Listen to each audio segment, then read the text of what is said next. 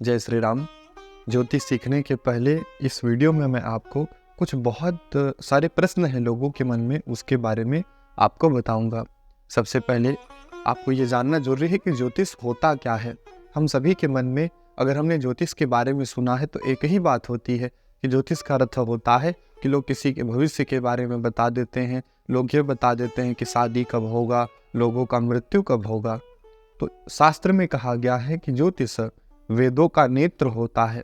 इस संसार को देखने के लिए दृष्टि अगर कोई चीज प्रदान करता है तो वो ज्योतिष ही प्रदान करता है। तो यदि आप ज्योतिष सीखना चाहते हैं तो सबसे पहले आपके मन में इस विद्या के बारे में बहुत श्रद्धा होनी चाहिए। ज्योतिष शास्त्र कोई बहुत सरल शास्त्र नहीं है। इसको सीखने के लिए आपको तपस्या, आपको मन में भाव होना बहुत जरूरी होता है। तो ज्योतिष शास्त्र बड़ा ही गूढ़ शास्त्र है जिसको मैं आपको बड़ी सरलता से सिखाने का प्रयास करूंगा। बिल्कुल जो कि शून्य भी है यदि वह ज्योतिष में, तो भी मैं आपको ज्योतिष के बड़े बड़े जो है योगों के बारे में, बड़े बड़े ज्योतिष के फलादेश के बारे में बताने का प्रयास करूंगा।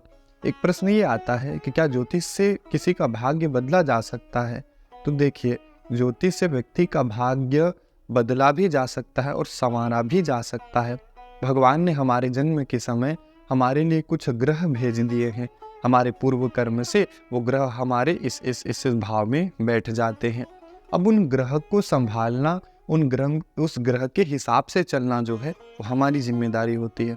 अगर आपके में राजयोग है और अगर उस राजयोग के बारे में आपने प्रयास नहीं किया, तो मैंने बड़े सारे लोग देखे हैं जिनके जीवन में बहुत सारे राजयोग हैं लेकिन वो उतना अच्छा नहीं कर पाते। लेकिन वही किसी किसी की कुंडली में बड़े सारे दोष होते हैं लेकिन फिर भी वह बहुत अच्छा कार्य करता है क्योंकि वह ग्रह के हिसाब से कार्य करता है। तो इसीलिए ज्योतिष से हम अपने कार्य के बारे में जान सकते हैं कि कौन सा कार्य हमारे लिए सबसे उत्तम होता है। जैसे कि आप किसी डॉक्टर के पास जाते हैं, वह डॉक्टर आपके कार्यों को देखता है, आपके शरीर को देखता है, आपकी दिनचर्या को देखता है और उस हिसाब से जो है आपको दवाई बताता है।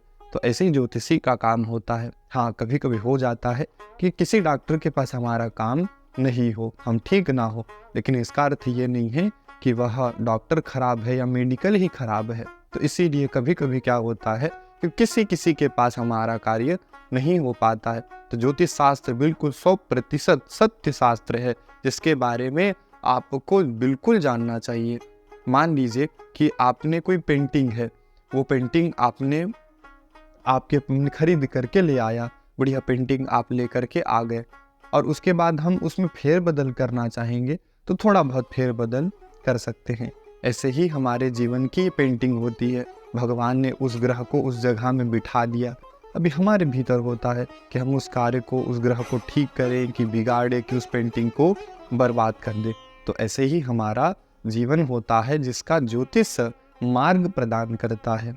अगला सवाल ये होता है कि बहुत सारे लोग कहते हैं कि ये कुंडली खराब है, इसमें दोष है, काल सर्प, पित्र, मांगलिक आदि योग है। तो मैं आपको इस श्रृंखला में ये भी बताऊंगा कि जो हमारे यहाँ बहुत सारा भ्रम फैला हुआ है योगों के बारे में, दोषों के बारे में, और कुछ सारे लोग तो केवल इन्हीं दोषों को बता करके लोगों को लूट रहे हैं। मैं आपको उन योगों और दोषों के जो विपरीत प्रभाव है उसको भी बताऊंगा और उसके जो अच्छे प्रभाव हैं उसको भी बताऊंगा। क्योंकि भ्रम जो है हमारे ज्योतिष शास्त्र में बहुत फैला हुआ है जिसके कारण लोग इस ज्योतिष शास्त्र से डरते हैं। लोगों को आप कह दीजिए कि मांगलिक है, पितृ दोष है, तो व्यक्ति डर जाता है, उसके मन में भय हो जाता है। तो आपको बड़ी सरलता से उन योग, उन दोषों के बारे में आपको क्रम से बताऊंगा। अगला सवाल ये आता है कि हमको जन्म का समय कौन सा लेना चाहिए। तो शास्त्रों में कहा गया है कि जन्म का समय हमारा वह माना जाता है जब हमारा नाल छेदन होता है। जब माता के गर्भ में है, माता के गर्भ से नाल छेदन होता है, तो वही सबसे सटीक समय होता है व्यक्ति के जन्म का। और वही जन्म का समय यदि हम कुंडली में डालें या हम लोग उससे फलादेश करें तो 100% सटीक फलादेश हम कर सकते हैं। तो जन्म का समय हमें नाल छेदन का लेना चाहिए। तो आप जन्म का समय आपको बताया गया है, उससे कुछ 1-2 मिनट पीछे ले सकते हैं। अगला प्रश्न ये आता है कि श्रृंखला में हम लोग क्या सीखेंगे, कुंडली निर्माण करना या फलादेश करना।